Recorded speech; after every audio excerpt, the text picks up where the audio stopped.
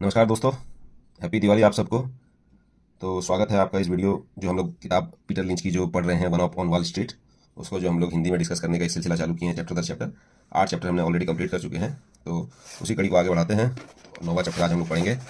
तो आशा करता हूँ कि आप लोगों ने पीछे का भी जो चैप्टर है वो मेरा हिंदी कमेंट्री वगैरह जो भी है उसको एंजॉय कर रहे होंगे और सुना होगा, देखा होगा। नहीं देखें तो प्लीज़ देख लीजिएगा और लाइक शेयर सब्सक्राइब जरूर कर देना दोस्तों। इस चैप्टर को मैंने 2 बार 3 बार पढ़ा है, उस पर लिखा है, तो काफ़ी मेहनत लगी है। थोड़ा आप लोग अप्रिशिएट करेंगे तो मज़ा आएगा। चलो let's start without much first. तो पीटर लिंच कहते हैं कि भाई स्टॉक्स कौन सा है जिससे को अवॉइड करना है। ठीक है, ये बहुत इंपॉर्टेंट एलिमेंट है इन्वेस्टिंग का कि भाई कौन से स्टॉक से आपको दूर रहना है। तो स्टॉक जिनसे मैं दूर रहूँगा, खाओ मार्क्सम, जो एक मीम चलता है ना, खाओ मार्क्सम वही वाले आप कह सकते हैं। तो वो कहते हैं कि पहले हम लोग एक काम करते हैं कि जो जो वो थीम बता रहे हैं उस थीम को पहले जाके न्यूमेरिकल 6 थीम बता रहे हैं कि उससे दूर रहना चाहिए, तो उसको पहले देख लेते हैं। और उसके बाद उसके जो डिटेल लॉजिक है क्यों, वो वाली पार्ट को लोग बाद में देखते हैं। तो वो कहते हैं हॉटेस्ट इंडस्ट्री का हॉटेस्ट स्टॉक से दूर रहना चाहिए। क्यों दूर रहना चाहिए उसका कारण बताए हैं, क्योंकि उसमें जो है स्मार्ट इन्वेस्टर्स वगैरह बहुत आ जाते हैं, तो कंपटीशन बहुत ज़्यादा हो जाता है। ये सारी चीज़ें हैं, वो डिटेल में हम लोग देखेंगे। ठीक है। और फिर वो कहते हैं कि जो नेक्स्ट समथिंग होता है, जैसे बोलते हैं कि नेक्स्ट आईबीएम बनेगा या नेक्स्ट ट्रेंड बनेगा या जो भी कुछ नेक्स्ट बनेगा, उन सबसे दूर रहना चाहिए कि वो नेक्स्ट कभी नेक्स्ट बनता नहीं है। फिर वो बोलते हैं कि भैया जो डाइवर्सिफिकेशन फालतू का करता है उसको डाइवर्सिफिकेशन एक नाम दिया हुआ है। पीटर लिंच ने पहले भी चैप्टर में इस वर्ड को बखान किया है, तो आप लोग जानते होंगे जो भी इस बुक को पढ़ रहे हैं। तो फिर हम लोग जो है तीसरा जो अब देख चुके हैं, तो अब हम चौथा थीम जिससे हमको दूर रहना चाहिए वो है beware of the whisper stock. जो कानाफूसी वाले जो स्टॉक होते हैं कि भैया ये ले लो वो ले लो, उन सबसे भी हमको दूर रहने के लिए कह रहा है, क्योंकि उसमें क्या होगा नहीं होगा उस चीज़ के बारे में डिस्कस करेंगे हम लोग।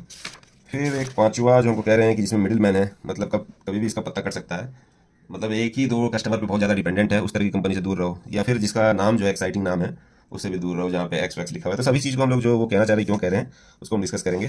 तो जिनको मतलब कि शॉर्ट में जानना था उनके लिए तो बता चुका हूँ, और जिसको जो है लॉजिक आत्मसात करना है इन्वेस्टिंग के लिए, उसके लिए थोड़ा पेशेंस रखेगा लगेगा मेरा दोस्त। तो आप सुनिए जो है इस किताब का सार, चैप्टर का सार। तो कहता है कि अगर मुझे कोई एक से भी दूर रहना है तो मैं हॉटेस्ट इंडस्ट्री में जो चल रहा है उसके हॉटेस्ट स्टॉक से दूर रहूँगा एटलीस्ट, जिसको बहुत प्यार लोगों को खुमार चढ़ा है, जो कारपूल में जाते हैं वहाँ सुनते हैं, मेट्रो में कोई बोल रहा हो, ऑफिस में चर्चा हो रही हो, फोनों में लोग अक्सर खरीद रहे हो। जैसे अभी सियान एग्रो चल रहा है, मतलब तो नीचे भी आने लगा है। तो पहले 2 साल पहले अदानी के चल रहे थे, कुछ भी अदानी का नाम हो चल ही रहा था। तो इन सब स्टॉक ऊपर जाता है कोई भी वैल्यूएशन के पैमाने से परे, बस उम्मीद का उसमें गुब्बारा में हवा भरता रहता है और बढ़ता जाता है। तो जैसे एआई की थीम में एनवीडिया चला है, अब इंडिया में उसका एक काउंटर पार्ट है जो छोटा मोटा काम करता है, नेटवेब, जो हाई कंप्यूटिंग सॉल्यूशन वगैरह लगाता है, तो इसका भी मतलब चढ़ा है, हॉटेस्ट इंडस्ट्री में हॉटेस्ट स्टॉक है। तो कहते हैं वो गिरते भी बहुत जल्दी हैं अगर यह गर्म सोलो को बेचने में तुम होशियार नहीं हो, जो कि तुम नहीं हो क्योंकि तुम लिए हो ये सब, तो हाथ जल जाएगा आपका। तो जहाँ तुम घुसे हो सकता है वहाँ से भी नीचे चला जाए, क्योंकि वहाँ पे स्टॉक जाकर रुकेगा नहीं कि बेटा अपना पोजीशन काट लो हम नीचे जाने वाले हैं। ठीक है। तो एक लक्षण बताते हैं, एक एग्जांपल बताते हैं पीटर लिंच यहाँ पे होम शॉपिंग नेटवर्क का, जो एक हॉट स्टॉक था एक ज़माने में। वो जो होम शॉपिंग नेटवर्क, मतलब वो जो है नहीं बोलता है मैं पहले बहुत मोटा था फिर मैंने स्लिम सोना बेल्ट लगाया और मेरा बदन छरहरा हो गया, तो उस तरह से है। तो वो जो फ़ोन ऑन करके आप लीजिए स्लिम सोना बेल्ट 011 इस तरह फ़ोन लगाइए वो कर, तो वो $3 से $47 गया और फिर लौट कर वापस आ गया 3 साढ़े 3 डॉलर पे। तो समझे। तो पीटर लीच कह रहे हैं कि भैया जो $47 में बेच के कट लिया उसकी तो बल्ले बल्ले, और उनका क्या होगा जनाब वाली जो $47 में लिए हैं। तो यही कहानी हो सकता है सियान एग्रो, गन्ने का जूस बड़ा गिलास 20 रुपये, आप लोग सब सुने होंगे। तो वो सारी चीज़ें। तो यहाँ पे वो एक चार्ट दिखाते हैं आपका होम शॉपिंग नेटवर्क का, कि देखिए किस तरह से यहाँ से ऊपर गया यहाँ पे, उसके बाद फिर यहाँ नीचे आ गया। ठीक है। तो ये कहते हैं stock price rockets on high expectation but company fails to deliver on earnings and the stock price falls as quickly as it rose. ना कोई अर्निंग था, ना प्रॉफिट, ना फ्यूचर पे कोई ठीक ठिकाना, रशियन रूलेट खेला जा रहा था। बताओ सांबा, 3 जिंदगी 3 मौत, तो वो वाली बात चल रही थी। तो बैलेंस शीट चढ़ गई थी, कर्जा लेकर टीवी स्टेशन खरीद रहा था होम शॉपिंग वाला, टेलीफोन इसका काम कर नहीं रहा था, 011 जो भी लगाए, दिक्कत आ रही थी। और उस तरह के भतेरे स्टॉक खुल गए थे दुकानदारी वाले। अब कितना जिरकोनियम वाला नेकलेस और फिटनेस इक्विपमेंट लेगा आदमी लोग, बताइए। तो इसमें ये कह रहे हैं कि ये सब सारे जो हैं बहुत सारे पहले ही नाम आपको बता चुके हैं हॉट इंडस्ट्री में, जहाँ पे वेयर सीजल लेड टू फिजल, मतलब करके धुआं उठा और फुस हो गया। तो यह उठता धुआं धुंध एक बार को गणित को धुंधला कर देता है। जहाँ एनालिस्ट डबल डिजिट ग्रोथ सदा के लिए कस्में खाते हैं, वहीं इंडस्ट्री रसातल में चली जाती है। उसमें एग्जांपल बता रहे हैं mobile home, digital watches, health maintenance organisation, ये सब एक बार सभी हॉट इंडस्ट्रीज थी और उनके साथ बहुत सारी उम्मीदें जुड़ी हुई थी, पर सब धुंधली हो गई, समझे। तो अगर वो पीटर लिंच कह रहे हैं कि अगर इन्वेस्टिंग के प्रॉफिट से ही तुम्हारा जीवन चलना है और एक के बाद अगर तुम hottest stock of hottest industry लिए जा रहे हो, तो कुछ दिन में कसम से मेरी गारंटी है कि मोदी जी का 5 किलो राशन में जल्दी तुमको डिपेंड होना पड़ेगा, अपना लोटा कंबल लेके भागना पड़ेगा, कर्जा ले लोगे तो, समझे। तो यही कहना चाह रहे हैं यहाँ पे, जो फीलिंग है पीटर लिंच की बताने की वो यही है। ठीक है। तो अभी हम थोड़ा सा इसको क्लैरिटी नहीं आ रही थी, हाँ। तो अभी हम लोग और पढ़ रहे हैं कि जो है कौन सी इंडस्ट्री में हॉट इंडस्ट्री हुई। जैसे कारपेट की हॉट इंडस्ट्री हुई 1960 के दशक में। सबसे हर गृहिणी को चाहती थी कि भाई कारपेट जो है हमारे घर में बिछे। तो हुआ क्या कि एक नया टफ्टिंग प्रोसेस किसी ने इन्वेंट कर दिया, जिसने फाइबर जो जाना था उस कारपेट के अंदर में वो ड्रास्टिकली रिड्यूस हो गया। और दूसरा आदमी जो है लूम को ऑटोमेट कर दिया, जिससे $28 पर यार्ड से $4 पर यार्ड आ गया। तो इतना घट गया जब दाम, तो फिर हर स्कूल, हर ऑफिस, एयरपोर्ट में बिछने लगा। बड़े लोग अब कारपेट से वुडन फ्लोरिंग पर शिफ्ट हो गए, वहीं आम जनता जो वुडन फ्लोरिंग से कारपेट बिछाने लगी। अब कारपेट की बिक्री तो बढ़ी, 5-6 बड़े प्रोड्यूसर इतना कमा रहे थे कि कहाँ पैसा रखना पता नहीं चल रहा था, खर्च कहाँ करना है। तो एनालिस्ट बताने लगे दलाल लोग को कि भाई जो है कारपेट बूम चलता रहेगा अजर अमर। 200 और इस तरह नए बनाने वाले आ गए, कस्टमर के लिए मारा मारी, मार्जिन खत्म। अब उसके बाद किसी ने एक नया पैसा कमाया नहीं कारपेट के धंधे में। तो ये यही कह रहे हैं कि हाई ग्रोथ, जो यहाँ पे एक लिखे हैं कि हाई ग्रोथ और हॉट इंडस्ट्री बहुत ही काबिल भीड़ को आकर्षित करती है और उस धंधे में घुसना चाहते हैं। एंटरप्रेन्योर और वीसी वाले भैया लोग अपनी रातें काली करते हैं कि कैसे इस धंधे में घुसे। तो हमारे यहाँ पे भी देख सकते हैं आप, जो है वीसी वगैरह जो है हॉस्पिटैलिटी और हॉस्पिटल सर्विसेज में घुसे हैं। ब्लैक स्टोन और इधर उधर वाले बहुत सारे भैया लोग, तो बेस्ट ब्रीज ये वो, तो ये सब जितने भी मतलब हैं वो पहले ही घुसना चाहते हैं। तो कोविड के बाद हमारे हॉस्पिटल वगैरह में जैसे वीसी लोग बहुत घुसे हुए। ठीक है, तो अब हम लोग चलते हैं नेक्स्ट पेज में कि भाई अगर तुम्हारे पास फेल सेफ आइडिया है और कोई तरीका नहीं है कि पेटेंट का जो नीश है उसको बनाने का, तो तुम्हारा नकल करने 36 गो आदमी आ जाएंगे। याद है विंचेस्टर डिस्क ड्राइव वाला एक्सपर्ट बोले थे कि इंडस्ट्री का 52% ग्रो होगा, तो और हुआ भी। पर कैसे चौपट हो गया धंधा, क्योंकि मतलब सबको आ गया बनाने के लिए। अब यहाँ पे एक और बात बताते हैं कि जो टॉम ब्राउन एक आदमी है, मतलब जाना माना फीचर्ड स्पीकर था, CEO of Tom brown inclusive, popular oil service consulting company वगैरह थी। तो वो एक बार अपना कोई सेमिनार वेमिनार में बखान कर रहा था कि मेरा एक जान पहचान वाला मेरा स्टॉक को ही शॉर्ट कर दिया। तो उस वक्त में जो है टॉम ब्राउन कह रहा था कि भैया तुम तो पैसा से नफरत करते होगे, जो मेरा स्टॉक तुम शॉर्ट किए हो, तुम अपना कार लूज़ करोगे, घर लूज़ करोगे और नंगा जाना पड़ेगा तुमको क्रिसमस पार्टी में। तो मिस्टर ब्राउन ने ठाके तो बटोल लिए जो सेमिनार वेमिनार में, मगर जो भी इसका शॉर्ट किया था उसकी बात सच निकली। $50 से $1 पे आ गया शेयर ससुरा। तो जो इसको भी अगर नंगा किसी को जाना पड़ा क्रिसमस पार्टी में, तो वो हो गए टॉम ब्राउन इंक्लूसिव के शेयर धारक जो थे, उनको जाना पड़ा। समझ रहे, क्योंकि वो समय जो है हॉटेस्ट स्टॉक, हॉटेस्ट इंडस्ट्री का ऑयल चल रहा था। जहाँ पे भी तेल का नाम सुनता, लिख दो कहीं भी, तो स्टॉक खरीदने लगते थे लोग। जैसे पिछले साल कहीं भी ग्रीन, REEV लिख देते थे, चल रहा था। तो हमारा Adani green, NTPC green, Olectra green, मतलब ऐसा नहीं कि हम इस किताब को ही पढ़ रहे हैं, उसका एप्लीकेशन और इंटरप्रिटेशन भी ले रहे हैं अपना। तो वो आप अपने थोड़ा सा डिस्क्लेमर के हिसाब से ले सकते हैं। तो फलनवा डिकनवा, एरेडा, जेंसोल, ओला, ये सब चल रहा था। कुछ में भी REEV लिख रहा है तो अभी चल रहा था। तो वैसा आप समझ सकते हैं। फिर एक एग्जांपल बताते हैं कि जेरॉक्स। तो कि जेरॉक्स जो है वो उससे कोई हॉट स्टॉक न भूतों न भविष्य रहा है। वो 1960 में गजब हॉट स्टॉक था, सब कोई की जवान पे चढ़ा हुआ था कि अरे भाई साहब। पर हुआ क्या कि जापानी लोग आ गए उसके अंदर में, तो जापानी ने तेल निकाल दिया जेरॉक्स का। फिर IBM वाला इस धंधे में कूद गया, ईस्टमैन कोडक कूद गया। तो 20 ऐसे फर्म हो गए जो गरम गरम सूखी ड्राई फोटोकॉपी करके दे रहे थे। अब जेरॉक्स जो है भकवा गया और इधर उधर का अनरिलेटेड बिजनेस खरीद लिया, तो 84% स्टॉक का दाम घट गया। तो समझ गए।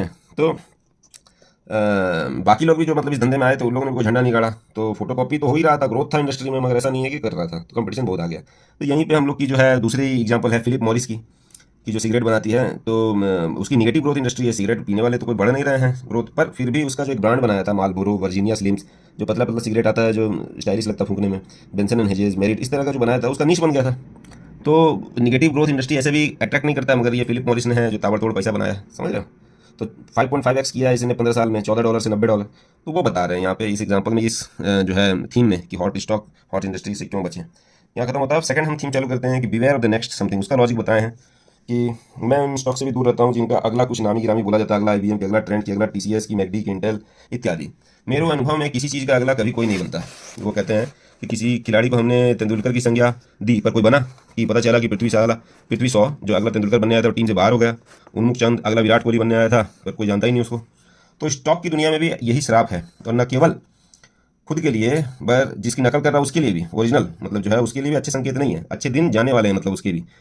तो जब दूसरे चिप कंपनी को दूसरा इंटेल कहा जा रहा था, मतलब इंटेल की 7.5 शुरू हो गई है आज नहीं तो भाई, मतलब अगला इंटेल नहीं बनना चाहता आज के डेट में। जब कोई अगला इंटेल नहीं बनना चाहता, तो इसका मतलब अब उसके प्रोस्पेक्ट ठीक है। अब हो सकता है इसीलिए जो है अपने डोनाल्ड भैया जो है वो इंटेल का स्टेक लिवाए हैं US गवर्नमेंट को, मे भी।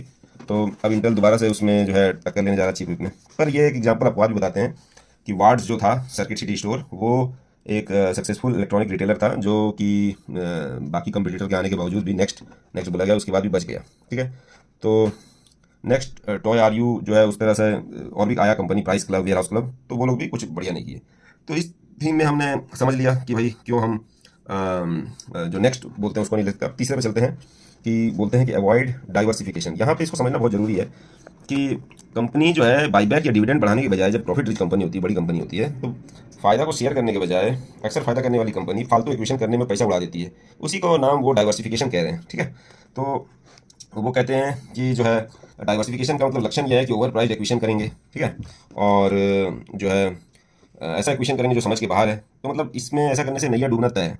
ठीक है, तो अब यही जो फिर एक्विजिशन कर लेते हैं, फिर रीस्ट्रक्चरिंग होता है। ठीक है, तो यही हर दशक यही कहानी चलती है कि भैया जो है रीस्ट्रक्चर करते हैं, मतलब बोलने का मतलब कॉर्पोरेट में पहले अंधाधुंध डाइवर्सिफिकेशन करो, फिर जब घाटा वाला सेगमेंट नहीं चल रहा है तो अगले दशक तक फिर ताबड़तोड़ रिस्ट्रक्चरिंग करो, घाटे वाले से जो पिंड छुड़ाने को बोलते हैं दंड लेकर कि रिस्ट्रक्चरिंग, फिर कमाई दमाई शुरू हुई तो फिर पैसा बर्बाद का सिलसिला चालू करो। मतलब हर दशक दूसरे दशक यही कहानी चलती है।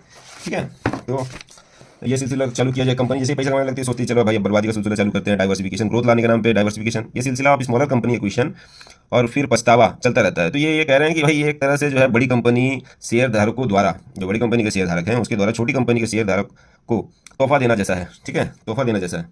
तो क्योंकि बड़ी कंपनी कॉरपोरेशन अक्सर ओवर पे करती हैं, पर वहीं जो है मतलब कि क्यों करती है वो मेरे समझ के परे है। कुछ तो लगता है ठेस पहुंचती होगी बाईबैक या डिविडेंड देने में, जिसके लिए कोई दिमाग की जरूरत नहीं है, वो छोड़कर ओवर पे कर फालतू एक्विजिशन क्यों करते हैं। इसकी जांच शायद किसी मनोवैज्ञानिक को करना चाहिए विश्लेषण, कि कुछ लोग और कॉरपोरेशन को खुशी संबंधता हजम नहीं होती, वह उड़ता तीर उछल कर ले ही लेता है। ठीक है, तो उस पर ही वो एग्जाम्पल बता रहे हैं कि जो है मोबिल ऑयल के ने जो मोबिल ऑयल के एग्जाम्पल बता रहे हैं कि मार्कर इंक्लूसिव का एक्विजिशन किया, जिसका एक सेगमेंट ऐसा था कि जो मोबाइल मतलब मोबिल जिसको लेकर बहुत सालों तक परेशान रहा, कंटेनर कॉर्पोरेशन। ठीक है, फिर उसको बेच बाच के हटाया। एक और कंपनी का लिया था इन्होंने एक्विजिशन, सुपीरियर ऑयल, जो ज़्यादा ओवर प्राइस करके लिया मतलब। तो ये जो है ये मोबिल ऑयल के साथ यही दिक्कत रही, तो वहीं बैठता रहा शेयर, जो एक्सॉन जो है डबल हो गया वहीं पे। ठीक है, तो ये जो है वो कह रहे हैं कि जो इन्वेस्टर के नज़रिए से केवल दो ही फायदे अवसर हैं डाइवर्सिफिकेशन से। जो कंपनी खरीदी जा रही है उसका शेयर अगर हाथ में हो तो फ़ायदा है, और या जो इतिहास में के शिकार हैं उनका एक बार टर्न अराउंड हो रहा है तो उस टर्न अराउंड प्ले के नज़रिए से फ़ायदा है। ठीक है, तो इसका बताएं। फिर एक जो बता रहे हैं कि 1960 का जो दशक था वो बड़ा डाइवर्सिफिकेशन का ही दशक था। तो कह रहे हैं रोमन सभ्यता के पूरे यूरोप और नॉर्दर्न अफ्रीका में जो विस्तार हो रहा था, उसके बाद ये एकमात्र ऐसा दशक था जहाँ पे इस तर्ज पे विस्तार देखा गया था। ठीक है, तो ऐसा मुश्किल ही था कि जो नहीं मानता, ऐसा कोई आदमी मुश्किल था, कंपनी मुश्किल थी कि जो ये नहीं मानता था कि भाई एक धंधा से ज़्यादा धंधा हम संभाल सकते हैं। ठीक है, even best and brightest company यही सोच रही थी कि हम ये भी कर लेंगे वो भी कर लेंगे। तो ये पागलपन एक्विजिशन का दौर था। ठीक है, तो अब ये कह रहे हैं कि उसमें जो है मतलब कि उदाहरण बता रहे हैं कि कौन कौन सी कंपनी जो है, एलिड केमिकल्स जो किचन सिंक छोड़ के वो सारा धंधा खरीद लिया, किचन सिंक का काम भी करने वाला पकड़ लिया। टाइम्स मिरर जो है डाइवर्सिफाई किया। मर्क जो है वो पब्लिशिंग के धंधे पे भी वापस पहुंच गया ड्रग्स के साथ साथ में। ये मर्क आप जानते होंगे विटामिन ई का जो एवियन दवा बनाता है, और भी बहुत सारी दवा है, मर्क बहुत नामी नामी कंपनी है। यूएस इंडस्ट्री ने 300 एक्विजिशन किए एक साल के अंदर में। बीट्राइस फूड जो है वो एडिबल से इन एडिबल्स में भी आ गए। तो उसके बाद कुछ भी संभव था। तो ये जो एक्विजिशन का जो पागलपन का दौर था वो तब खत्म हुआ जब उनको एहसास हुआ कि दो नाव में पैर रखना और खुद को फड़ा के मरना है। तो जितने भी तेजन सिंह थे, ठीक है, तो सबको ये पता चल गया कि हर मेढक को प्रिंस या प्रिंसेस नहीं बना सकते। तो फिर यहाँ पे कह रहे हैं कि भैया ऐसा नहीं है कि जो है हर एक्विजिशन जो है करना होगा तो हमेशा मूर्खता ही का काम होता है। यह बहुत अच्छी रणनीति भी जब हो सकती है जब मुख्य धंधा ही आपका मंदा या गंदा हो। गंदा का मतलब यहाँ पे वो काम गंदा नहीं, गंदा का मतलब है कि उसके फंडामेंटल्स गंदे हैं। जो है कैश जो है मतलब कम आरओई वाला काम हो, या फिर जो है उधार में बेचना और कैश में लेना वाला काम हो, तो उस तरह का जो है कैश फ्लो जिसका खराब हो, उस तरह का धंधा को गंदा बोलते हैं। तो बक्सायर केवल टेक्सटाइल तक ही सीमित रह जाता तो उसका नाम भी नहीं सुने होते हम लोग। तो जैसे वो बता रहे हैं कि एक्विजिशन जो है वो भी एक कला है। अगर आप मान लीजिए, बाद में हमको बताएंगे कि वॉरेन बफेट जैसा अगर आदमी हो तो एक्विजिशन भी बहुत अच्छे से कर लेता है। तो एक इसमें एग्जांपल बताते हैं कि टीशर्ट्स की कहानी, कि टीशर्ट्स एक कंपनी था, उसने पहले एक मूवी थिएटर चालू किया लोई नाम से, फिर उसमें से कमाया तो उससे फिर तंबाकू की कंपनी लोरीलार्ड खरीद लिया, फिर उसमें कमाया, फिर इंश्योरेंस कंपनी सीएनए खरीद लिया, उसमें ह्यूज पोजीशन ले लिया, फिर सीबीएस में मीडिया ब्रॉडकास्टिंग वाली कंपनी है। तो इसमें जो है ट्रिक यही है कि आपको सही एक्विजिशन कैसे करना है पता होना चाहिए और फिर उसको अच्छे से चलाना आना चाहिए। ठीक है, अब यहाँ पे मेलविल और जेनेस्को जो जूते कंपनी बनाने वाली कंपनी है उसकी कहानी बताते हैं कि एक अर्श पर पहुंच गया एक फर्श पर, क्योंकि अर्श पर कैसे पहुंचा वो बताएंगे, और डिवर्सिफिकेशन करके फर्श पर पहुंच गया तो उसको हम लोग समझेंगे। कि मेलविल जो है एक पारिवारिक जूता दुकान नाम था, वो सेल्स इंक्रीज उसका होने लगा, मतलब थॉमस मैकैन बोल के उसका शू स्टोर था, फैमिली स्टोर जिसको बोलते हैं। मगर वो क्या किया, अपना जो है जैसे हम लोग देखते हैं कि अपना शॉपर स्टॉप में बहुत सारे ब्रांड होते हैं, उसी तरह के मार्ट वहाँ पे चालू हुआ था 1962 में, बढ़ रहा था अपना स्टोर, धक्का खोल रहा था। तो उसमें भी उसने अपना एक डिपार्टमेंट लीज कर दिया, जैसे हम लोग कोई भी ब्रांड देखते हैं शॉपर स्टॉप में लीज किया हुआ है। तो उस तरह से मेलविल का भी प्रॉफिट जो है फट पड़ा उस दौरान जब के एक्सपेंड कर रहा था। ठीक है, तो जो भी चीज़ था, तो इस तरह से जो है उसने बहुत सारा काम किया। अब मेलविल ने क्या किया कि सू रिटेलिंग से जब पैसा कमाया, उसके बाद वो सीवीएस खरीद लिया। सीवीएस एक ड्रग स्टोर ऑपरेशन चलाता था, मतलब दवाई दुकान। फिर एक मार्शल खरीद लिया आपको 1969 में। ठीक है, कि जो है मतलब मार्शल 1976 में वो डिस्काउंट अपैरल चेन था कपड़े वपड़े का। फिर केबी टॉयज खरीद लिया 1981 में। थोड़ा समय दे के एक को सक्सेस करके फिर दूसरे को लिया। तो during the same period Melville जो है अपना जूता का काम जो है वो 22 जो 1965 में था उससे जस्ट एक कर दिया 1982, क्योंकि उसका मुख्य धंधा जो था वो गंदा हो गया था। तो उसको हटा के उसने मतलब इफेक्टिवली डाइवर्सिफाई किया। तो स्लोली एक शू मैन्युफैक्चर अपने आप को डाइवर्सिफाइड रिटेलर बना लिया। ठीक है, तो ये कैसे किया, जूता बेचने के धंधे में सालों घसने के बाद इसको ये एक्विजिशन का दौर शुरू किया, और इसमें भी एक को पहले कामयाब किया फिर दूसरे को। तो इसको बोलते हैं सक्सेसफुल डाइवर्सिफिकेशन। ठीक है, अब दूसरी कहानी सुनिए कि फर्श पर कैसे पहुंचा जेनेस्को। अर्श की कहानी सुन लिया, फर्श पे सुन लीजिए कि जेनेस्को जो है वो 1956 में वो भी स्टार्ट किया एक तरह से। उसने बॉन्बी टेलर खरीद लिया, हेनरी बेंडल खरीद लिया, टिफैनी और क्रैश जो वैरायटी स्टोर था। तो एक के बाद एक दे धका था। सिक्योरिटी कंसल्टिंग में घुस गया, मैन वुमेन ज्वेलरी में घुस गया, बुनाई में, नीटिंग में, और सब धंधा में वो घुस गया। टेक्सटाइल में ब्लू जीन्स बनाएगा, और भी भांति भांति का जो रिटेलिंग और होलसेलिंग का काम पकड़ लिया। तो 1956 में शुरू करना, और जो जूता का काम किया था वो भी कर ही रहा था। तो एक तरह से आप समझ लीजिए कि 150 एक्विजिशन कर लिया ये 17 साल में। अब 150 एक्विजिशन कर लिया। अब यहाँ पे ये बता रहे हैं कि कंपनी की 150 एक्विजिशन की वजह से बिक्री तो बढ़ गई थी, तो कागज में तो बड़ा शेयर बन गया था, कागजी शेयर, पर उसका फंडामेंटल बेकार होते जा रहे थे। तो जो जेनेस्को और मेलविल की स्ट्रेटजी में असल अंतर तब दिखा जब 1973-74 की जो मुसीबत आई बियर मार्केट की, तो दोनों गिर गए थे। पर मेलविल के जो अर्निंग ग्रोथ आया तो रिबाउंड कर गया, क्योंकि स्थिर रूप से उसका अर्निंग्स आता रहा, तो वो रिबाउंड कर गया। 30x कर दिया उसने 1987 तक। वहीं जेनेस्को की फाइनेंशियल पोजीशन तो 74 के बाद बद से बदतर हो गई, और स्टॉक आज तक उभर ही नहीं पाया। तो ये यहाँ पे ग्राफ दिखा रहे हैं कि देखिए यहाँ पे एक जैसा ही लगभग गिर गया था 74 के आसपास, पर ये तो अपना चढ़ गया, और ये जो है अपना वहीं का वहीं रह गया। तो आप ये वही कह रहे हैं कि इसका जो डाइवर्सिफिकेशन है उसने डिवर्सिफिकेशन की संज्ञा दी गई, और यहाँ जो डाइवर्सिफिकेशन हुआ वो सिनर्जी पैदा किया। तो यही वही कह रहे हैं कि अब यहाँ पे एक संस्कृत श्लोक दिमाग में आता है कि क्यों मेलविल कामयाब हुआ और जेनेस्को फेल हो गया, वो तो हम लोग डिस्कस कर लिए। तो हंसा श्वेता बका श्वेता क भेदियो बका हंसियो नीर चीर विवेकी तू हंसो हंसा बको बका। मतलब मुसीबत के समय में पता चलता है कि जो दूध और पानी को अलग कर सकता है। तो वो जो दिमाग लगाने वाला काम है सिनर्जी। सिनर्जी क्या है आपका, 1 और 1 11 वाला जो हम लोग बोलते हैं वो वाली बात है कि इसने जो है 1 और 1 11 वाला फंडा कर दिया। अब समझ लीजिए सिनर्जी जो है कि प्रैक्टिकली कुछ एक्विजिशन सिनर्जी बनाते हैं और कुछ नहीं बनाते हैं। ठीक है, तो अभी हम उसको समझेंगे कि जैसे मैरियट होटल का उदाहरण देते हैं यहाँ पे पीटर लिंच, कि भाई ये होटल रेस्टोरेंट का काम कर रहा था। अब जो है उसको बिग बॉय रेस्टोरेंट चेन ले लिया। बिग बॉय रेस्टोरेंट चेन जो है उसकी एक सब्सिडरी थी, वो जेल और कॉलेज वगैरह में खाना वाला मील सर्विस टिफिन विफिन पहुँचाती थी। अब इसमें सिनर्जी था, क्योंकि आप भी जानेंगे कि भैया टिफिन खाने के मामले में जेल और कॉलेज में बहुत ज़्यादा फर्क नहीं होता है, एक जैसे ही खाना देते हैं, समझे। तो ये था। पर अगर मान लीजिए मैरियट अगर ऑटो पार्ट्स में घुसता या वीडियो गेम्स में घुसता तो कुछ रहता, तो उसमें सिनर्जी नहीं होती, वो कह रहे हैं। तो जिलेट ने जब रेजर ब्लेड के साथ साथ शेविंग क्रीम का काम किया तो सिनर्जी उसको मिली।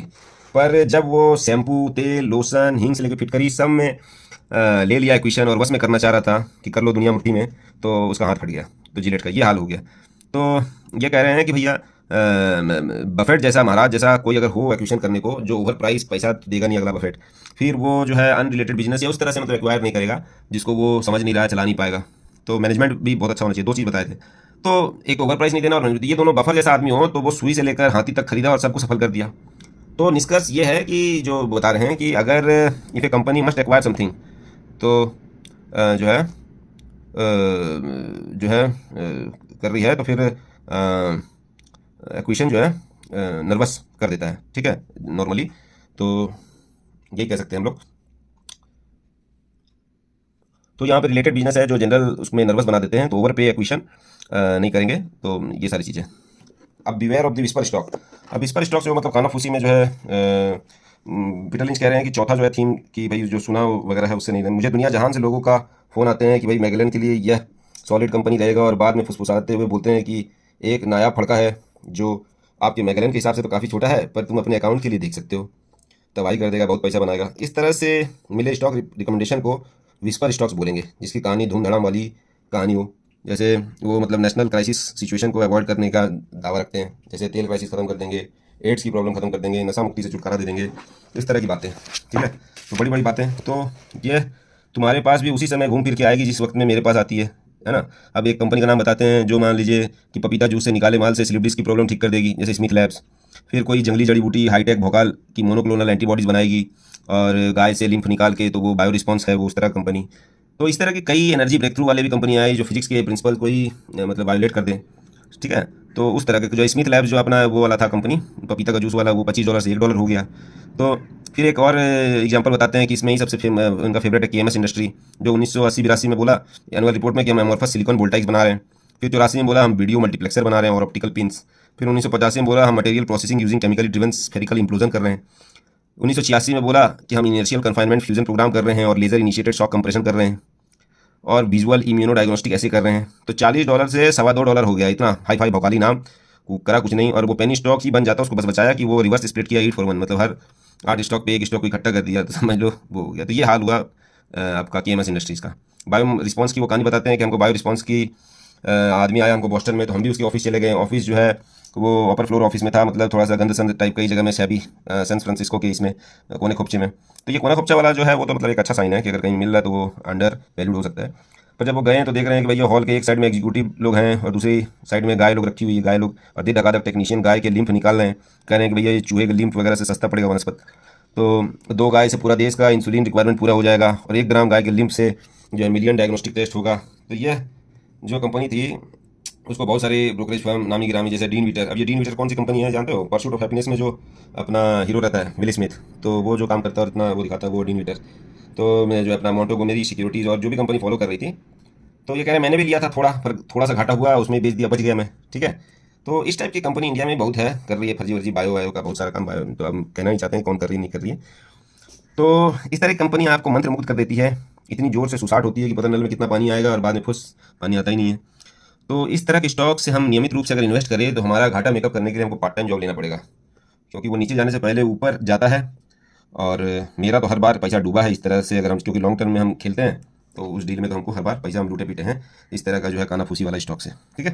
तो उसमें एग्जाम्पल बताते हैं कि worlds of wonder, pizza time theatre, one potato, national health care, सब डूब गया। सन वर्ल्ड अवे, अलमबारा माइंस जिसके पास में कोई भी ढंग का माइन नहीं था, MGF ऑयल पेनी स्टॉक बन गया, अमेरिकन सर्चिस सेंटर उसके पास पेशेंट की कमी है, एसबेटेक इंडस्ट्री, अमेरिकन सोलर किंग जिसका नाम मिलेगा नहीं आपको, टेली वीडियो जो बस से गिर गया, प्रियम, हमको डिस्क ड्राइव से दूर ही रहना चाहिए था, वेक्टर ग्राफिक्स, माइक्रो कंप्यूटर जो कि माइक्रो कंप्यूटर से भी हमको दूर रहना चाहिए, GD रिडजीज, ये फास्ट फूड तो था पर ये कोई मैकडोनाल्ड नहीं है, इंटीग्रेटेड सर्किट, कॉमडाइल कॉर, बौमार, मतलब इतने बतेरे हैं जो है, मतलब ये सब ग्रेट स्टोरी थी, कहानी फुल, और जो ठोस लुल हवाबाजी फुल थी।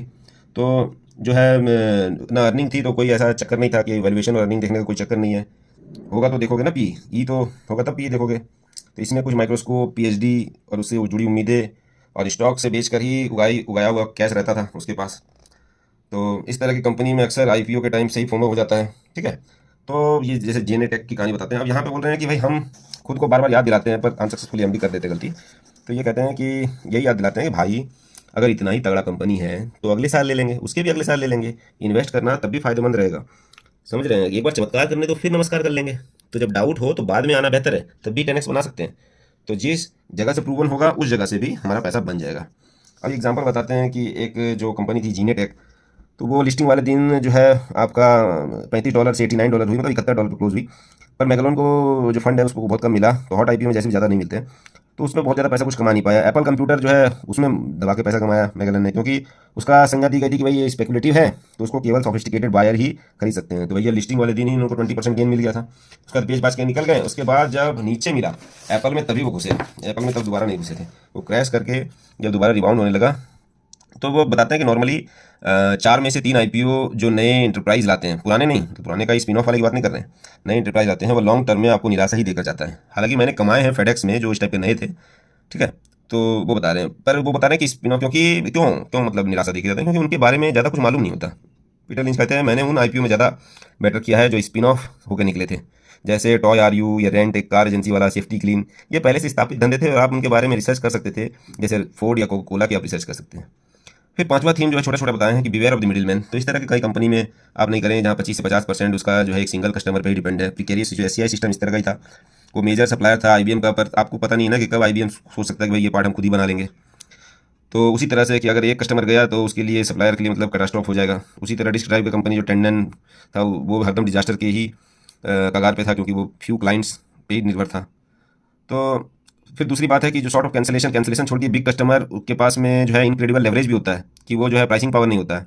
जो हमारे मतलब कि बसंत माहेश्वरी जी भी बताते हैं, जैसे एक पहले ही बता दिया था उन्होंने कि ड्रीम फोक्स जो है अदानी के पोर्ट में काम कर रहा है, तो उसके पास ड्रीम फोक्स के पास में ये नहीं है, उसको बोलेगा कि भाई मेरे को इतना रेंट देगा, तो उसके पास में कोई प्राइसिंग पावर नहीं है।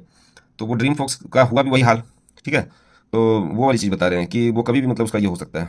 तो 6 जो है, beware the stock with the exciting name. यहाँ पे ये वाला जो चीज़ है कि भाई ये बता रहे हैं हास्यास्पद कि जेरोक्स जैसे नाम है, अगर उसका नाम अगर डेविड ड्राई कॉपी होता तो बहुत कम लोगों को पता रहता, और जो है डल नेम होने से बहुत दिन तक बायर्स फ्रेंची नहीं बनती उसमें, तो एक मीडियोकर कंपनी के जैसे नाम से जो है बहुत लोग उससे दूर रहते, तो हम लोग जैसे घुस पाते।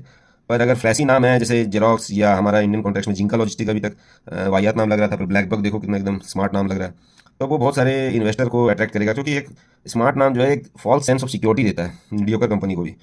तो अगर जहाँ तक नाम में अगर एडवांस, लीडिंग, माइक्रो इस तरह से लिखा रहे या एक्स लिखा रहे, तो उस तरह का जो चीज़ है वो मॉडर्न ट्रेंडी थिंकर को लगता है कि हाँ भाई ज़बरदस्त चीज़ है। तो क्राउन कॉर कंसील जो कंसल्टेंट है, मतलब क्राउन कॉर कंसील ने अपना नाम वही रखा, तो उससे हम लोग ने बहुत पैसा कमाया। अगर वो भी कंसल्टेंट वगैरह लोग की बात सुन लेते और चेंज कर लेता, तो उसको शुरुआत से इंस्टीट्यूशनल फॉलोइंग मिल जाती, तो फिर हम लोग क्या कमाते हैं उस टाइप से। थैंक यू, जो है दिवाली की बहुत बहुत शुभकामनाएं भाई।